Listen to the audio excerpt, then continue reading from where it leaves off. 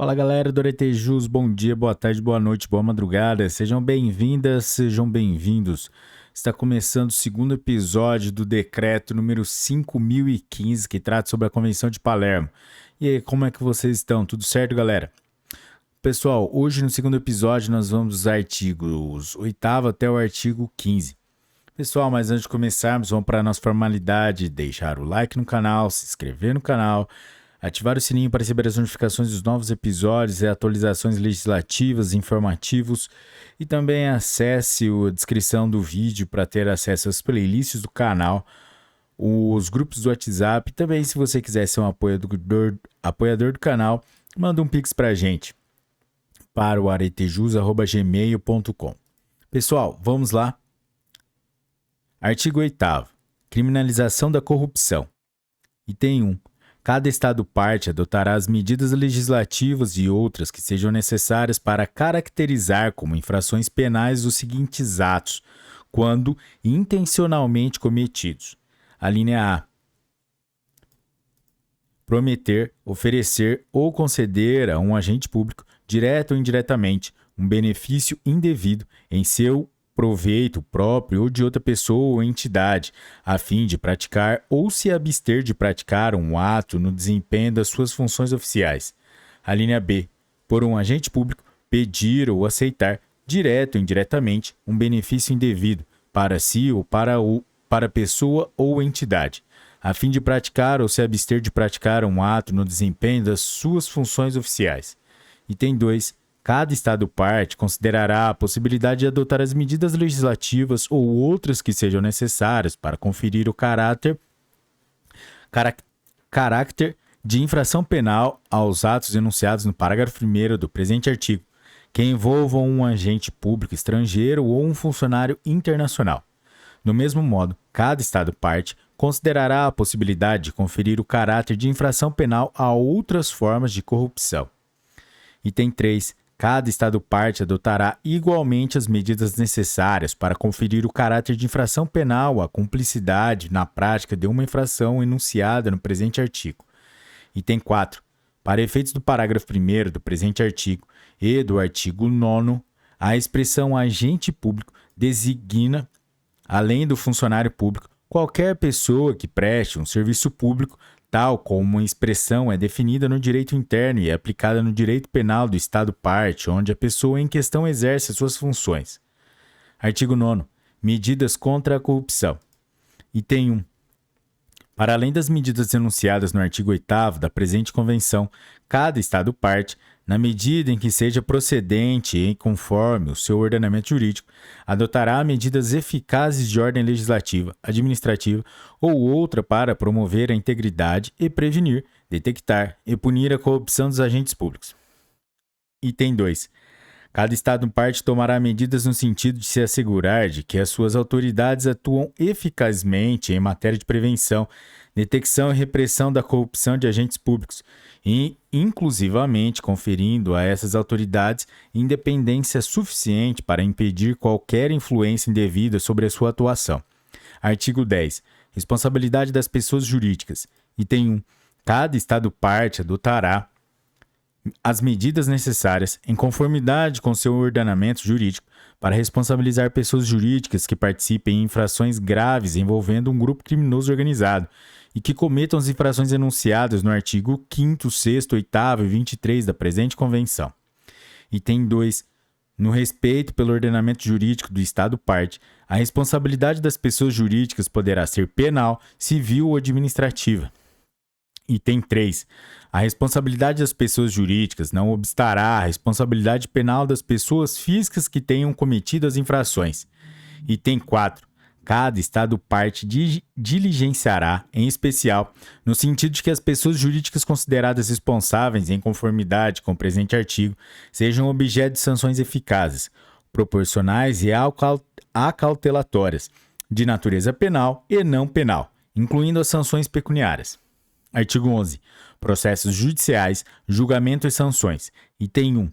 Cada Estado-parte tornará a prática de qualquer infração enunciada nos artigos 5º, 6º, 8º e 23 da presente Convenção passível de sanções que tenham em conta a gravidade dessa infração.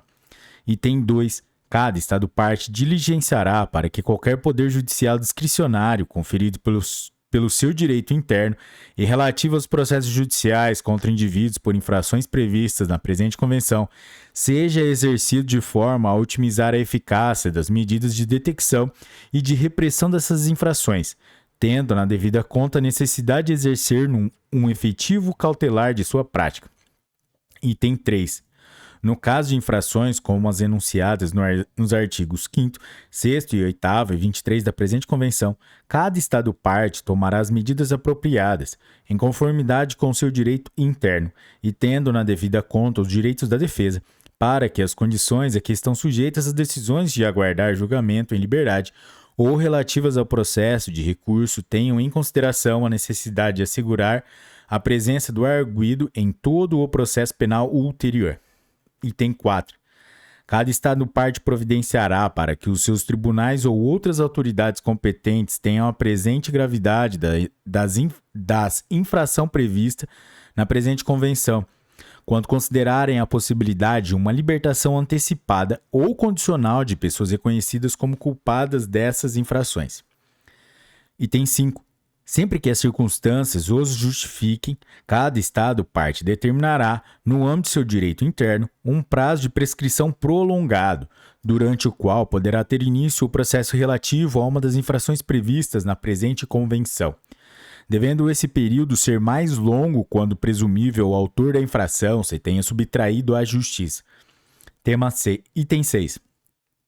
Nenhuma das disposições da presente Convenção prejudica o princípio segundo o qual a definição das infrações nela enunciadas e dos meios jurídicos de defesa aplicáveis, bem como outros princípios jurídicos que rejam a legalidade das incriminações, são do foro exclusivo do direito interno desse Estado-parte, e segundo o qual as referidas infrações são objeto do procedimento judicial e punidas de acordo com o direito desse Estado-parte.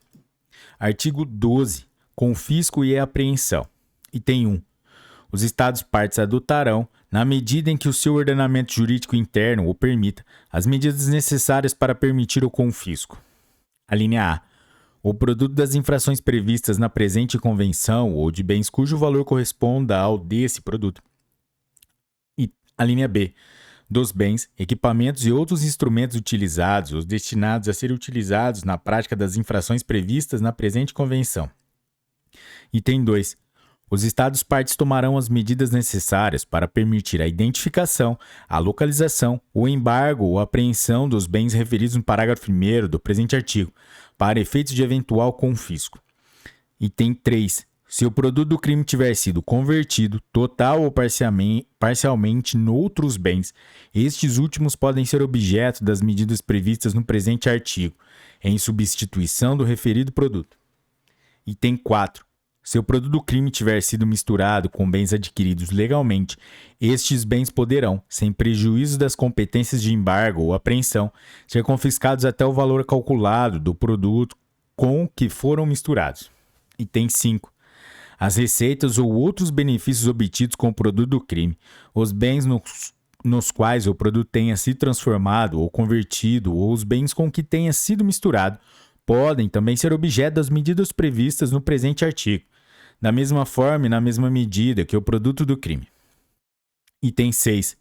Para efeitos do presente artigo e do artigo 13, cada Estado-parte habilitará os seus tribunais ou outras autoridades competentes para ordenarem a apresentação ou a apreensão de documentos bancários, financeiros ou comerciais. Os Estados-partes não poderão invocar o sigilo bancário para se recusarem a aplicar as disposições do presente número. Item 7. Os Estados-partes poderão considerar a possibilidade de exigir que o autor de uma infração demonstre a proveniência lícita do presumido produto do crime ou de outros bens que possam ser objeto de confisco, na medida em que essa exigência esteja em conformidade com os princípios de seu direito interno e com a natureza do processo ou outros procedimentos judiciais. Item 8.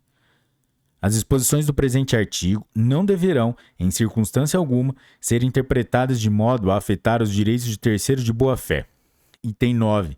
Nenhuma das disposições do presente artigo prejudica o princípio segundo o qual as medidas nele previstas são definidas e aplicadas em conformidade com o direito interno de cada Estado-parte e segundo as disposições desse direito. Artigo 13. Cooperação internacional para efeitos de confisco. Item 1. Na medida em que seu ordenamento jurídico interno o permita, um Estado-parte que tenha recebido de outro Estado-parte competente para conhecer de uma infração prevista na presente Convenção um pedido de confisco do produto do crime, bens, equipamentos ou outros instrumentos referidos no parágrafo 1º do artigo 12 da presente Convenção que se encontrem no seu território, deverá: alínea A. Submeter o pedido às suas autoridades competentes, a fim de obter uma ordem de confisco e, se essa ordem for emitida, executá-la. Ou, alínea B. Submeter às suas autoridades competentes para que seja executada conforme solicitado a decisão de confisco emitida por um tribunal situado no território do Estado-parte requerente, em conformidade com o parágrafo 1º do artigo 12 da presente Convenção, em relação ao produto do crime, bens, equipamentos ou outros instrumentos referidos no parágrafo 1 do artigo 12 que se encontrem no território do Estado-parte requerido.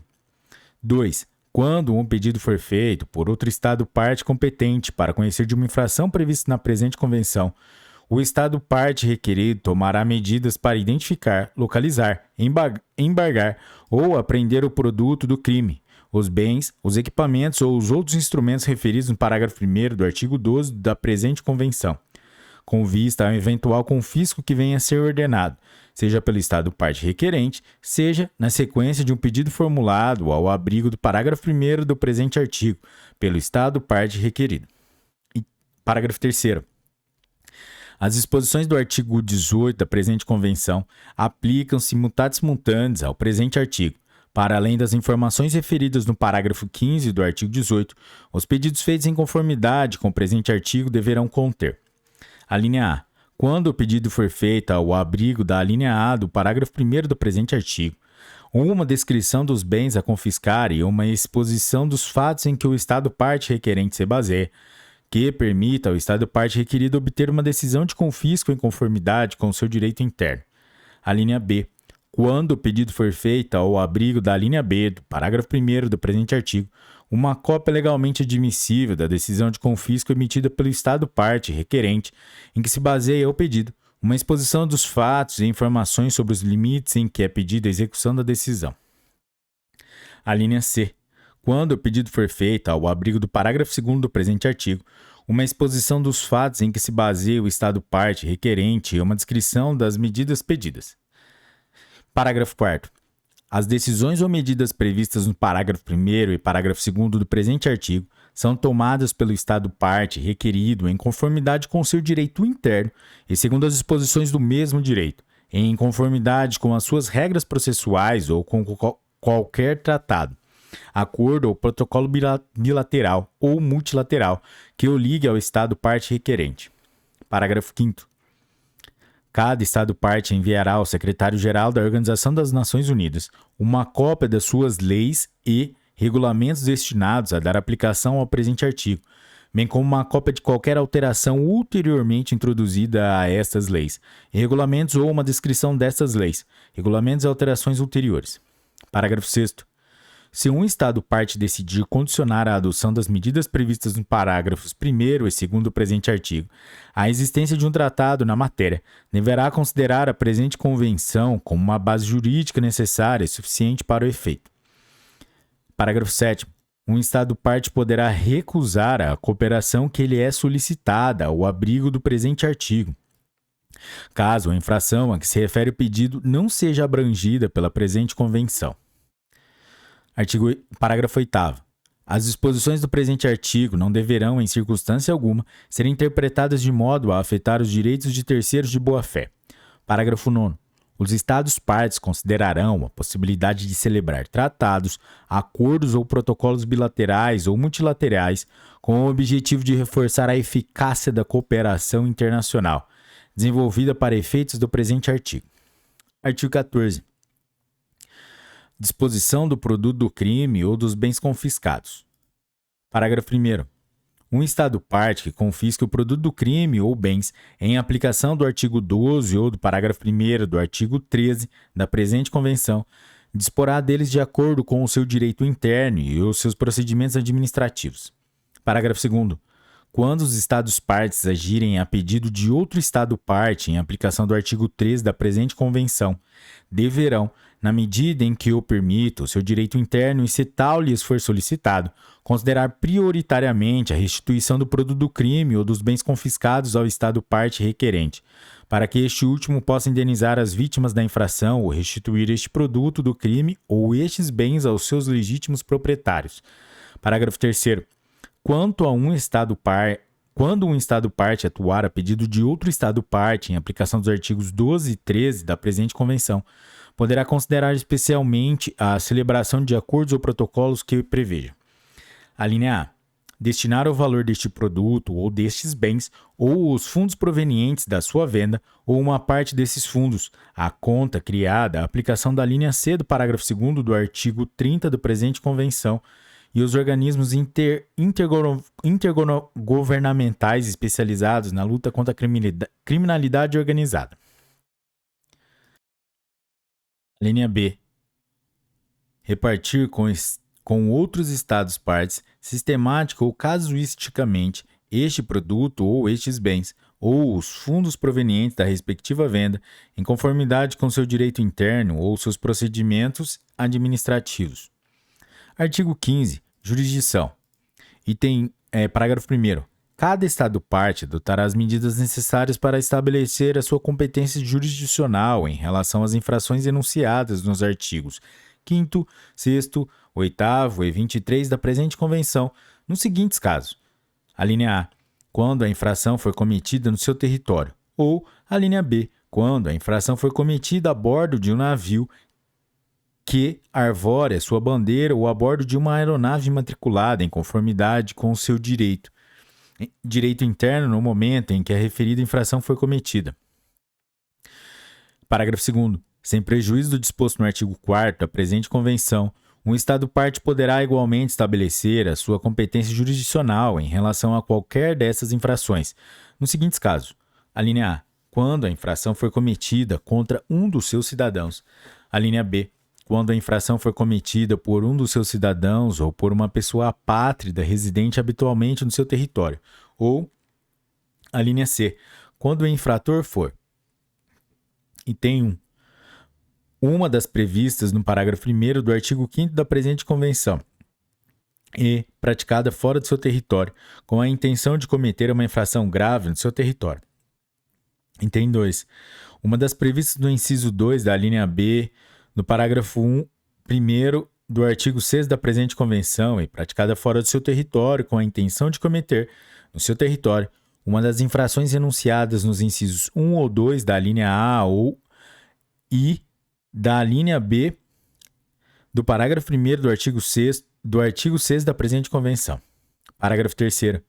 Para efeitos do parágrafo 10 do artigo 16 da presente Convenção, cada Estado parte adotará as medidas necessárias para estabelecer a sua competência jurisdicional em relação às infrações abrangidas pela presente Convenção, quando o presumível autor se encontre no seu território e o Estado parte não o extraditar pela única razão de se tratar de um seu cidadão.